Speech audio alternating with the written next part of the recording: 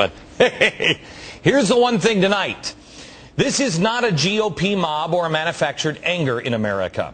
What's happening is America, Democrat, Republican, and Independent, senses in her gut that something is not right. And something isn't right with the health care plan. The polls reflect that. 65% say Obama is taking on too many issues. His approval is at 50%, now worse than Bush's was after the first 6 months. He has fallen 7 points with independents. 45 approve, 45 disapprove. 52% oppose how he's handling health care. 39% approve. More than 3 out of 4 think his plan will add to the deficit. That is important. Listen to it again. 3 out of 4 think this plan will add to the deficit. Remember that stat. Why the decline? America, I think it's because you know something is wrong.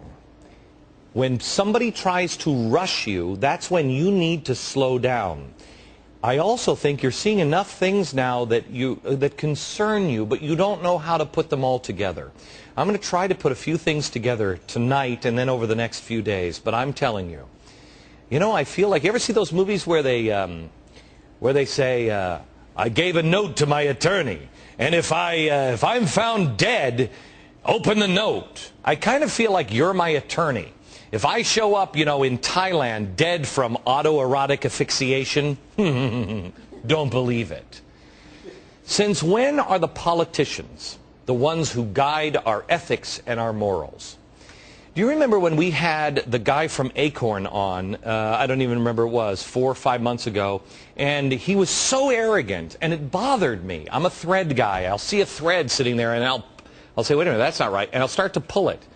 I pulled that thread based on that one interview, and you saw what it's taken us into Acorn. Acorn and the president and AmeriCorps and all of it, we are building a new structure in our country. Well, the other day I had the AARP people here, and I said, how can you possibly be for health care? And they said, oh, we don't see anything hurtful to seniors in that health care package. It looks great to us. And to me, that sounded the same as, Glenn, I just found out I'm related to a Nigerian prince. He's going to wire me $10 million. All I have to do is give him $10,000 and my bank account number. And you're like, no, that's a scam. Oh, stop it. You're crazy. He doesn't say anywhere in the email that it's a scam. Plus, he made a promise with his pinky. How many times have politicians promised us, both Republicans and Democrats, have promised us the moon and given us Detroit? No offense, Detroit, but, does your electricity even work anymore? You keep on voting in the same people. And in Detroit, the median home price now is $7,500. In 1965, the politicians said Medicare would cost us $9 billion by 1990. The actual cost? $66 billion. But don't worry, they were only off by $57 billion. Obama's current plan is $1.6 trillion. If it goes as well as the other government medical programs, or, as well as cash for clunkers, it will only cost us $13 trillion. Unless government makes up that gap with higher taxes on coffins, we can't afford universal health care. That is part of what you feel in your gut. You know it's unsustainable. You know it doesn't make any sense to say we got to spend money to make money the way we're spending money. I need to ask you a very important question. $13 trillion, the number I just gave you, that's an actual number based on the errors of the past. Now, could they be right? Could it be $1.6 trillion at the end? Sure. Do you really think it will be? Would an error of, let's just say, $8 trillion, would that be something that would be reasonable for them to make based on their past performance? Yes. If we were $8 trillion short, would that cause an emergency in this country? Remember, never waste an emergency. If we have a shortage of money and health care, would it be an emergency? You decide. Now hold on to that answer for a second. You have your answer? Here's why I ask. When we are short of money, we will be short of medicine. And then someone has to decide who gets what. Who in government will be influencing and making these life and death decisions? Right now, it's the organizers, the advisors, and the czars. AARP members. I have nothing against AARP. It's a fine organization, but something is not right here. And you must call AARP and demand answers to these questions. No accusations, just answer the question. Who makes life and death decisions here? One of the people currently that is a health policy advisor to President Obama, got it? Advising the president on health care. He happens to be the brother of Rahm Emanuel. His name is Dr. Ezekiel Emanuel. I can't tell you how much I feel we are taking on some of the most powerful organizations and powerful people on planet Earth. Dear God, please listen to this.